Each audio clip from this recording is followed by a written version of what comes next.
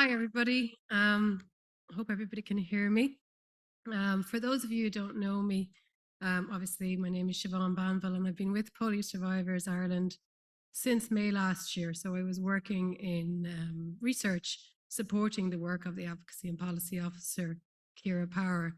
So Kira left us there last month. She's gone on to pursue her PhD research. So I've stepped into the role for the next few months. So really what I'm going to do today is give you the background to, I suppose, where the APO, the Advocacy and Policy Officer role came from and how it's funded, and also what kind of activities are involved with that so that you understand it a little bit better. Do I just, you do that? Okay.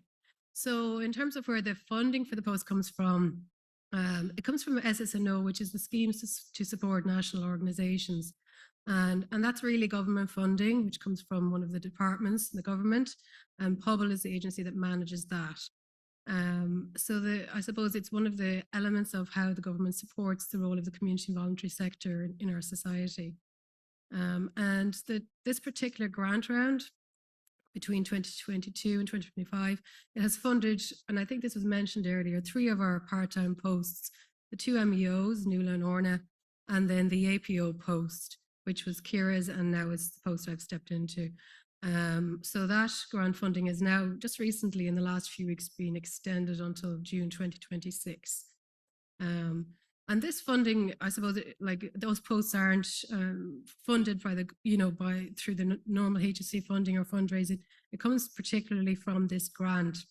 And obviously, with all grants, that's dependent on what comes from the government, what their department budgets are. And that funding is also dependent on how we do on those projects. We have to meet certain metrics and certain, terms of performances. And we have to provide ongoing financial and progress reports. So I'll just delve into the reports briefly, and I won't try and bore you too much on that. But from our side, we have to show the impact of the funding on Polio Survivors Ireland, or our activities, like how we might scale up, how we might improve services, how it actually adds value to the organisation, that kind of thing. So we have to show the impact of the funding to ourselves and to members. And then we have to make a link between what we expect to achieve within the project and the actual day-to-day activities we do. And then we're constantly looking at them and revising them as required. On POBL's side, they have to look at the data that we provide, and they have to basically report back to the funding department in terms of what has been achieved as well. So when the application for the funding went in, there were 8 particular outcomes, set outcomes under this particular grant application. And Polio Survivors Ireland had to choose a number of those, and 3 were chosen. And as you can see there on the screen, the 3 are related to improved quality and availability of services and supports offered, particularly to those experiencing poverty and social exclusion. The second related to representation and advocacy plans, how you develop and action those.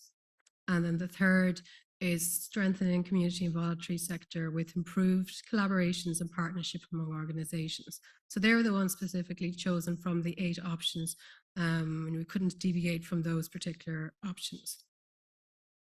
Then we had to decide, and I say we, the royal we, I wasn't there at the time, but it would have been whoever was making the application at the time. And the application is quite a tedious and difficult process.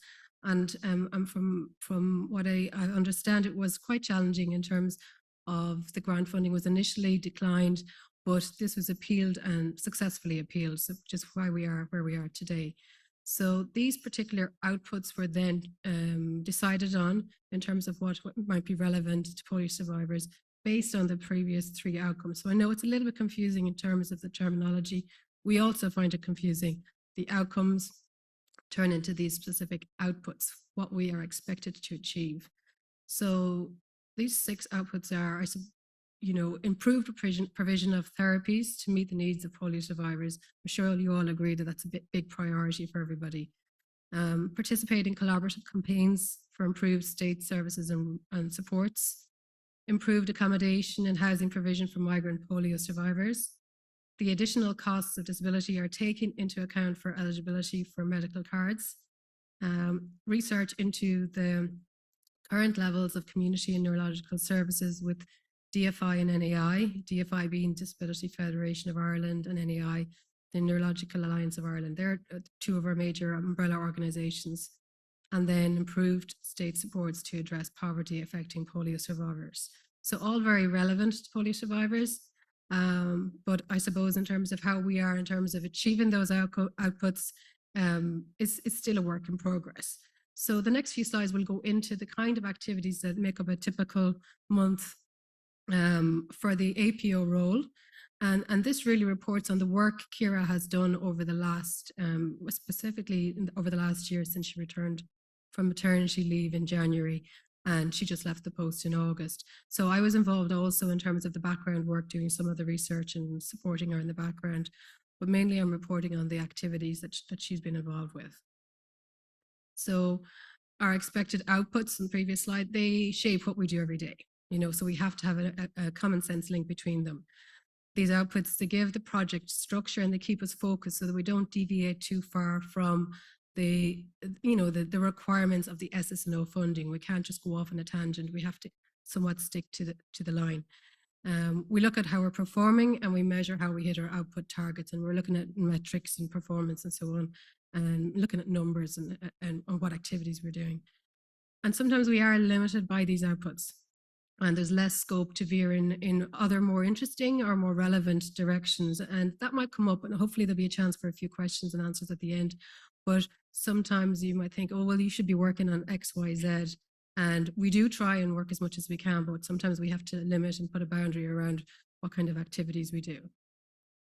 So over the next few slides, so I've put in certain headings to try and have some common themes. In terms of collaboration, we do a lot of engagement, a lot of interacting with the umbrella organisations I mentioned earlier, and other disabled persons organisations, civil society organisations and alliances, constantly talking to them, engaging with them, getting their advice and their expert opinion, because they are much larger, much more well-funded and much more well-resourced in terms of staff. So we can always lean on them for support. Together, we're looking at highlighting issues such as access to neurological and older person services, which are severely lacking in Ireland. The lack of accessibility and disability services and supports and direct provision, which is another huge issue. And then the gaps in the HSE service plans, which are published obviously on a regular basis, but there's often gaps in terms of how they support polio survivors. And part of what we do then is we participate in forums, awareness events, surveys, pre-budget briefings with all of these other organisations, so that we're kept in the loop, that we constantly raise the voices of polio survivors in those forums, so that we're not forgotten about. We also engage regularly with government, and at the start of the year, when the new government was formed, Ciara would have reviewed in detail and the Programme for Government, the PFG, and looked at where it was and wasn't, I suppose, meeting obligations in terms of people with neurological diseases in Ireland, including polio survivors, and also looking at HSE service plans and where there might be gaps there. She has engaged constantly with TDs, government departments and committees throughout the year through meetings, both in person and Zoom meetings, going to AV room events, sending letters and sending PQs. For anyone that doesn't know, PQs are parliamentary questions which she asks TDs to submit on our behalf, and asking relevant questions such as about the cost of disability, medical cards, IPAS conditions and so on. So these have been really the main areas she's focused on this year. And it's been quite eye-opening in terms of the response. I mean, there's a party line response. They quote what the policy is, but really what we're learning is to hone in on more specific PQ requests to really, I suppose, make the government pin their, make them pin their names to the collar in terms of being quite specific about what they are and aren't doing. Other ways of engaging with the government are attending any launches and events online, and following up afterwards with the attendees and making relationships with TDs and so on. Ciara was able to secure an AV room event in October to coincide with World Polio Day that week.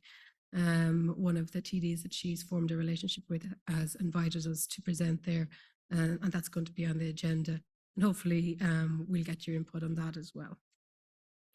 In terms of formal representations and submissions, this is a lot of, I suppose, documentation, and Kira has submitted several this year related to the National Disability Strategy, looking for formal recognition of cost of disability and amendments to the HSE application process. And this has gone directly to the PCRS department in the HSE. PCRS is the specific department there that that manages the reimbursement of primary care services, and also pre-budget submissions were sent in as well.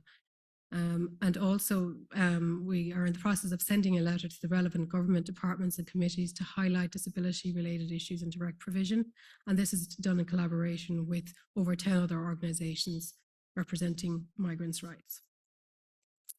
Access to health services is another big one for us, and that was a lot of the work I was doing in terms of looking at the existing health and neurological services in Ireland and comparing it with what's going on with polio services in the UK and EU, most notably in Amsterdam. And I know most of you might have been here a couple of years ago when we had the speaker from Amsterdam, who presented a really positive picture of polio services in Amsterdam. Unfortunately, there's nothing similar happening here in Ireland. There's been more engagement with programme leads and clinicians in polio services outside Ireland. In Irish, community neuro rehab teams, which are in development at the moment, physical and sensory services, which are dotted in certain locations around Ireland, but not in every county, and other organisations such as MS Ireland. And then we've been trying to circulate information as we come across it in relation to the options for different types of therapy, rehab, respite that are on offer in Ireland, which may be external to HSE services. And then in terms of the research, which is kind of underlying a lot of what Kira has used in her submissions and PQs, we've had to build a database of research about our members' need and look at what members are requiring. So that analysis would have fed into those PQs and submissions, specifically related to medical cards, cost of disability, physio needs, home supports, and also delving a little bit more into how the transition from the disability allowance into state pension may affect people in terms of what they can get in terms of benefits. And we also had a focus group event last month with migrant members to gather more information and collect their lived experience accounts of how it is to live in direct provision and how it's a barrier to their integration in Ireland. So I suppose in terms of reflections, and I'm new to the game. I'm literally only 3 weeks in the job directly, but I would have worked closely with Kira all year. It's a really slow process, there's no immediate results, but it's about building up the relationships, keeping the topics current, and knocking on those doors all of the time to try and achieve results. What we've learned is that it's helpful to split the research and advocacy tasks, because it's really hard to keep going with the engagement, attending the meetings, going to the events, responding to the emails, and keeping that engagement alive while also squirreling away and trying to do research and analysis. So it is helpful. It has been helpful to have split those tasks somewhat. It's clear that there is inadequate state services for older adults and migrants with a disability in Ireland. It seems to be the opinion that once you reach the age of 65, and we brought this up several times, that the disability no longer exists. And that's not just in terms of the benefits that you get, but also in terms of the supports that you get. If there is a disability service in any county, it's from the 18 to 65 age group. So it's almost as if your disability disappears after the age of 65, and everybody here in the room knows that's not the case. So there is clear gaps in policy there, and it's our job to try and hammer that message home. And I suppose in terms of our learning, it's a very hectic role, and it's only 18 and a half hours a week to half-time post. So if there is another round of SSNO funding, and if we're making an application, we may need to consider looking for a full-time role in that, and hopefully be successful. In terms of future advocacy, and this really was the advocacy plans for the rest of this year, and it has been extended a little bit longer. But here's where we might have some scope to shape things based on your opinions. So really, what Ciara's goal for the rest of the year was to look at a target approach with the HSE clinical leads, to have a defined, realistic ask for them in terms of that gap for older adults with disabilities and neuro conditions, and highlight the exclusion from disability services and supports that are based on your age. There's also significant systemic failures in direct provision, and there's many issues that need to be addressed. And what we're learning is that collaboration with other organisations is key, not only for migrant issues, but for all of the other issues as well, because we are a small organisation with limited power. But when we collaborate with the larger organisations and find common themes together, that's where I feel that we'll have more success. The cost of disability is quite a hot topic right now, and quite a lot of the government parties are talking about it, trying to get a firm one introduced. But there is the risk that over 65s may miss out if it isn't done in the right way. If it's linked to disability allowance, which not everybody under the age of 65 currently has, then those that are over 65 may automatically miss out. So we need to be making sure that they're aware of that, because that can be missed, whether on purpose or just by accident, by those that should know better. As I said earlier, we need to start submitting more specific PQs to hold government to account. And one of those examples was PQs that we submitted about the medical card income threshold. And we were asking general questions to the government about that. And they were answering that they had reviewed those thresholds for the over 70s in the last 10 years or so, but they weren't answering we hadn't asked a specific question: have you reviewed the income thresholds for the under 70s in the last 20 years? Which they haven't.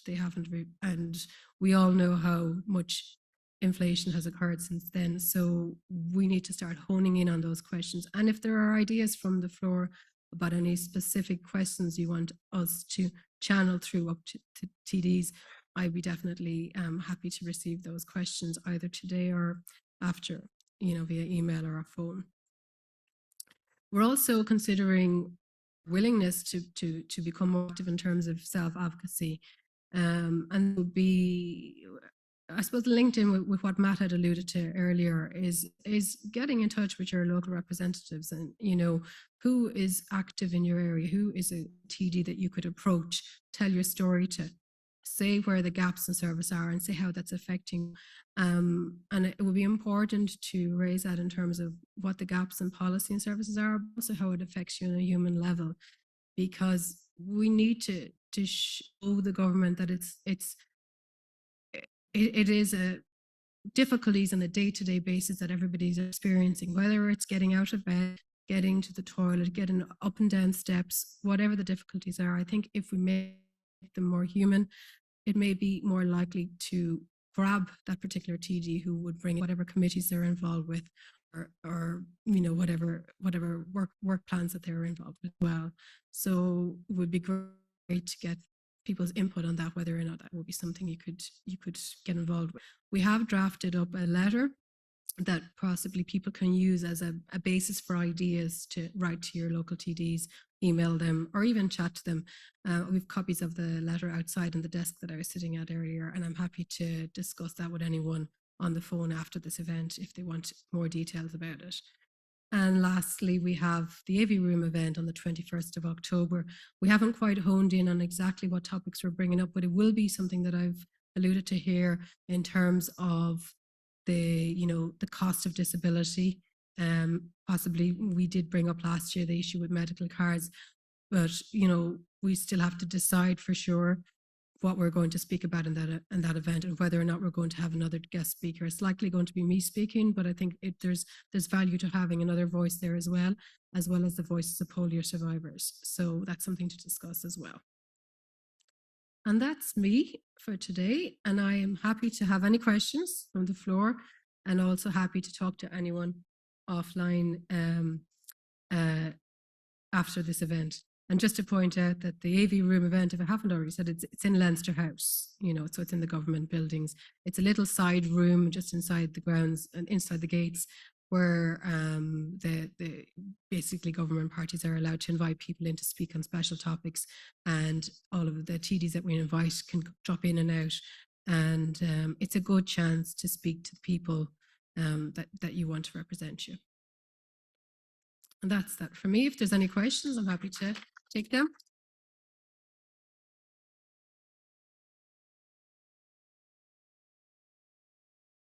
Hello. I was just going to ask about some neurological, somebody who has a physio whose expertise is more neurological, to give us some sort of guidance and help. We had Deirdre Murray there a few years ago, but there's an awful lot of our members now in older age need physio or have to attend physio out of their own pocket, you know. So just if there was any sort of help in that direction, that would be really appreciated, or some sort of guidance as to what there is out there. Secondly was, I think the CEO mentioned it, IT kind of education for members, and is where can you access that? Or it was obviously some members got that, but we didn't hear about that at all. So I was just wondering about that. Where can you access that? Okay. IT skills, because an awful lot of us now need that upskilling, and a lot of the services now you need to go online. Yeah. I'll answer the second question first. Okay.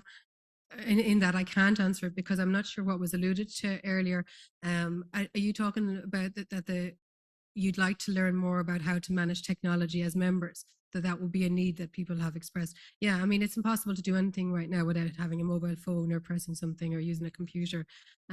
So I can't answer what's out there. I know there's a lot of voluntary organizations doing training in tech and technology and how to manage that. I might have to go ask you, Nicola, what you meant by that earlier, and then I'll go back to the physio question. Yeah, just on that subject, it was mentioned from the work that the member engagement team do, and we were looking to see if there's a current need. So what I would say to you is get in touch. So maybe send an email in and we will follow up on that and see. There are a vast amount of supports out there for people. So if it's something we can't offer, we'll definitely put you in touch with your local organisation that can offer that support. Yeah. Just have to answer the physio question first. I'm going to comment on the technology question that the member just mentioned. Yeah. A member from Alone came to our group and gave a talk, and Alone actually gave one-to-one technology lessons. All right. Okay. To people over 60. Yeah. So it's a really good resource. So Alone is the agency. And they give it one-to-one, and they basically cover from basic up to whatever you're dealing with from day to day. Now, I'm not a technology wizard by any means, but they would cover up to where at least the skills I have, and I'm able to do the everyday things like send emails, send texts, and quite a lot of things. So maybe that helps with the answer that the member had there. That's great, Liam. Thanks a million. So that's Alone for anyone who hadn't heard earlier. And this is what we were noticing when we're trying to learn more about the service. There's loads of service all over Ireland from different organisations. And we're really trying to work out what's the best way of getting that information to you as members, you know, whether it be via letter, email, communications. But it would be great for us internally to develop a database of that kind of support, whether it's in relation to tech or whether it's therapies or other kind of living well programs or health promotion programs in the community. I mean, there's huge value to us having a database that we can, if it's a member calls, phones us or emails, we have that information immediately for their area. Just to go back to the physiotherapy question, I mean, Deirdre Murray, I've met her a couple of times. She was there in the AV Room event in Leinster House last year. She used to be the physio that worked in Beaumont with Orla Hardiman in the clinic. She's left Trinity recently enough, or not Trinity, she's left Beaumont recently enough. She was holding a half-time post with Trinity doing academic work with her clinical work in Beaumont. Now she's actually moved on to DCU, Dublin City University, and she's involved, although I don't know to what degree, in with the new masters in physiotherapy.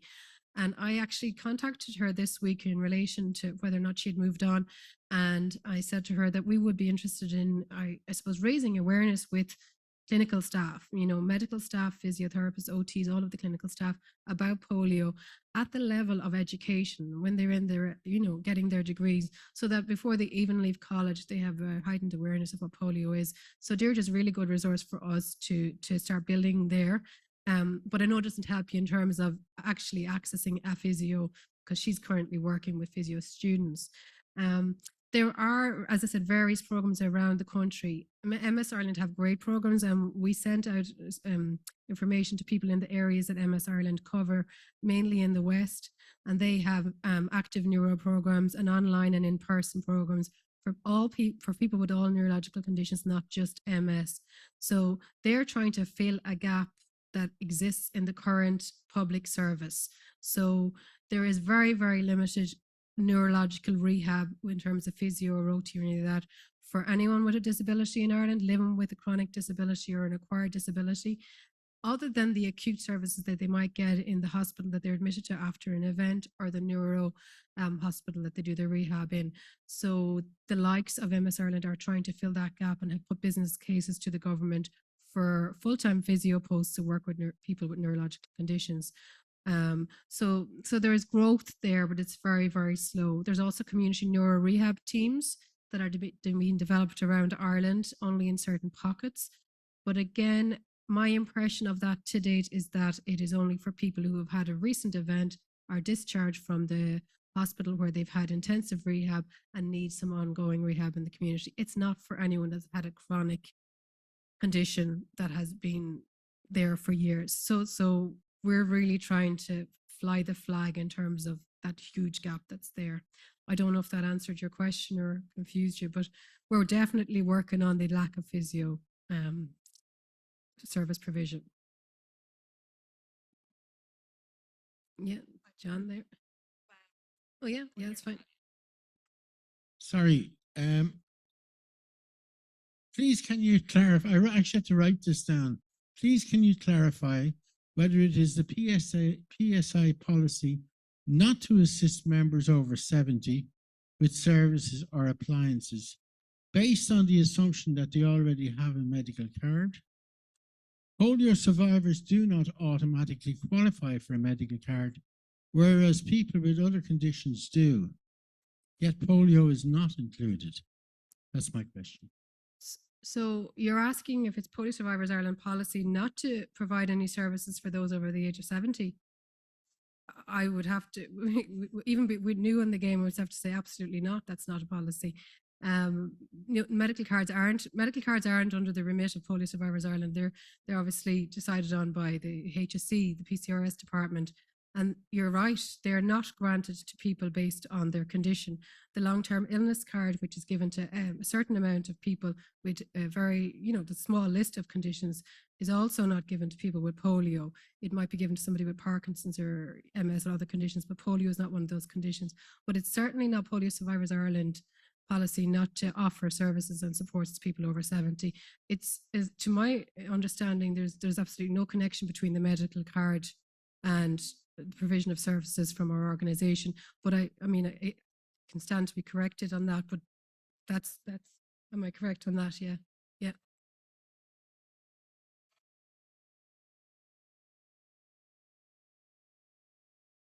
I believe that's because some of these pieces of equipment are issued, they are issued from the HSE to people that have medical cards. And then if a person doesn't have a medical card, then that has to be funded privately. And I would imagine that's when Kerry and Ciara will get the calls from somebody who doesn't have a medical card. The HSE won't give me my wheelchair. Can you guys fund this for me? And yeah, but it isn't a policy from Polio Survivors Ireland. It's government policy, HSE policy about how they issue medical cards to people. And it's based on income. But what we've learned is that if you have a significant or even a small amount of costs associated with your disability, like paying for your private ramp, paying for your wheelchair, paying for a stair lift, you can put them with your application for a medical card so they can be offset against that. So if there's a certain income limit, they can look at all of your costs. And if you're spending 10,000 a year on disability related costs, then they will look at that and issue a discretionary medical card. So anyone who has questions about that, I was just going to add that, Siobhan. Anybody with questions around application for medical cards, whether you're entitled to one at this point, because each budget will change the criteria as well, just give Kerry or I a call and we can discuss the application or even an appeal for a medical card at the office. And I must say the HSE met with Fran and with last year before he left, or actually it was 2024. Yeah, and they were quite open about that. They were saying, look, we are happy to look at anyone's costs, but it's not very transparent in their application form. And we're working with them on that to try and make it more obvious on the application form that you can put in a list of expenses. And it's just about getting them to change that so that you can put them in easily rather than having to go through an appeal process. So we're pushing them on that. And that's separate to government, because sometimes you can have more influence in the HSE with a particular department who have the ability to change their forms rather than national policy, which is further up the chain. I hope that's okay. No worries. Thanks, Siobhan, for that presentation. John Dolan here. I agree with the statement you made about that Polio Safaris Ireland is a small organisation with limited power. But I'd flip that because it's only one half of the coin. Because from what I've seen over the years, both as a member and in my work with DFI and whatever, you're influential, you're well organised, and you have good and strong leadership within the organisation, and you've also got, and you see it here today, strong engagement from across the membership in a range of ways. And some people here might say, oh, that could be better. Of course it could. But I've seen so many organisations that have your kind of income, 600-700 grand, who are not nearly at that point. So that's a very strong place to be setting off from. And I think also you're strong and you take the whole thing about messaging seriously, and you take the thing about collaboration. It's been mentioned a number of times. That's how you multiply your effect if you're skilled and competent and into doing that. There was one thing that has struck me so strongly today, and it really upsets me. In one of the presentations, it was stated that 267 members, that's out of a membership of, in round figures, 1,000, that's 26+%, were in receipt of the grant of, 125 for the fuel. Now, people don't sign up for a fuel grant for fun. So what you have there is a metric that says there's at least a quarter, 1 in 4 of the members of this organisation. The point I'm making is that is a very strong point to be going in with about the cost of disability and the cost of whatever. And you have those, I've said this before, you have good data, you have great data that you can just top and tail and do different things with it. So look, there were just a few comments that I wanted to make. Well done. Thanks, John. Thanks for those kind comments. It's really good for, just to see that you can see that your point is well made, that a small organization, but that it's great to see that you can have that oversight, that we have good power. And I think there's a lot of heart. I've only been with the organization for the last year and a half, but everybody in there is just working for the needs of polio survivors, and it's very clear and apparent, and we're all quite passionate about that. And I think you're right too about the fuel allowance. We are, like, part of what I was doing in the last couple of weeks was signing up to an energy poverty, letter that has gone out about fuel and the cost of electricity and all of that. So we are, again, collaborating with others, and I would imagine that that's one of the points that we would take to future SSNO funding applications is the cost of living, fuel poverty, accessibility in the infrastructure in Ireland. There are some of the things that I feel that the message is coming from many members about those issues, and they're ones we need to record and act on.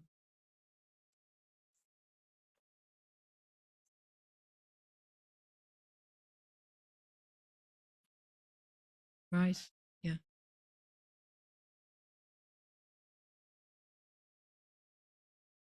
Yeah. Yeah. So John just said there that for the first time ever, government are saying that disability is a priority. So now is a hot time to be jumping on that message and to be flying the flag. Yeah. First of all, get physiotherapy. Okay. Mm-hmm.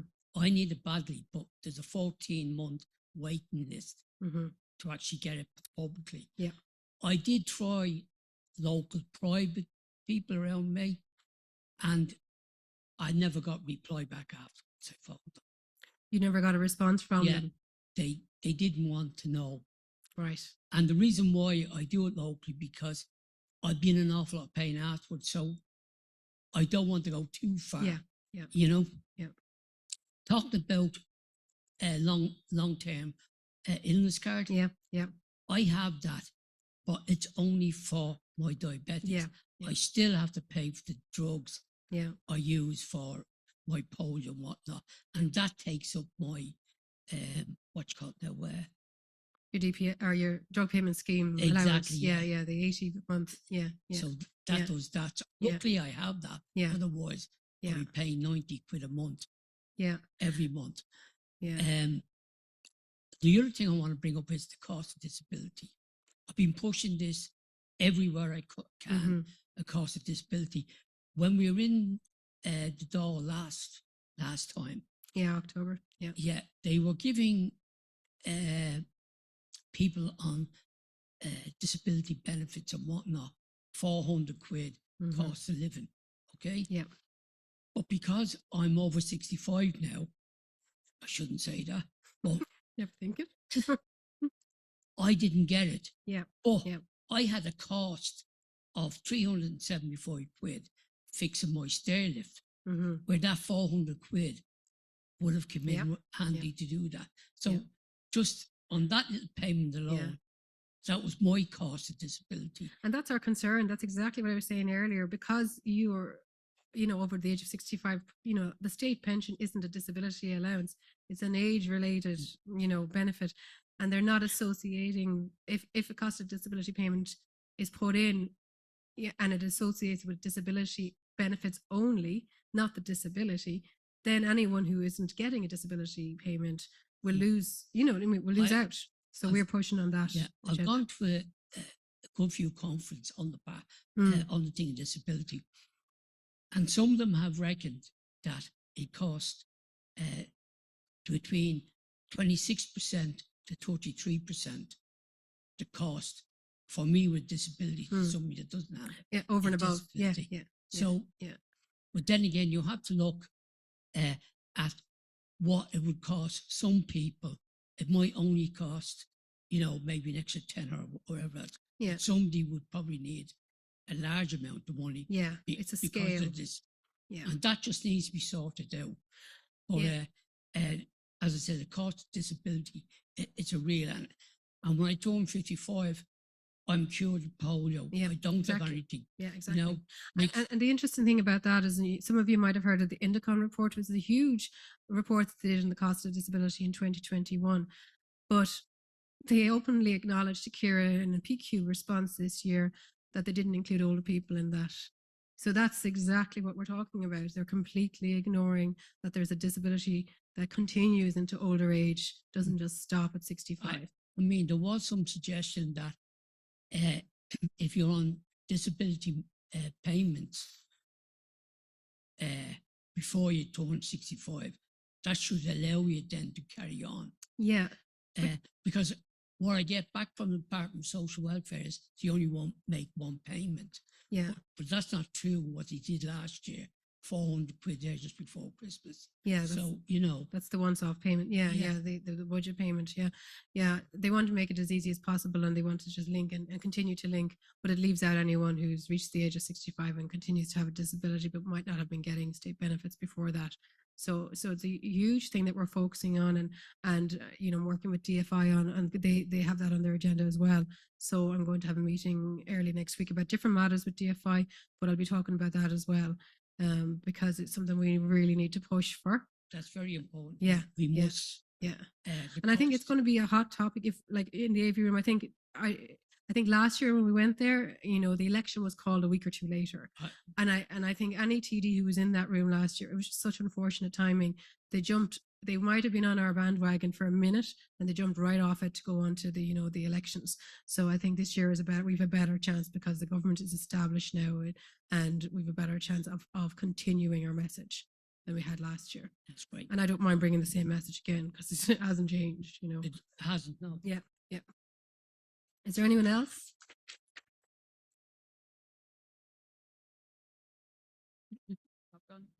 It's me. All right. Thanks, everybody. This meeting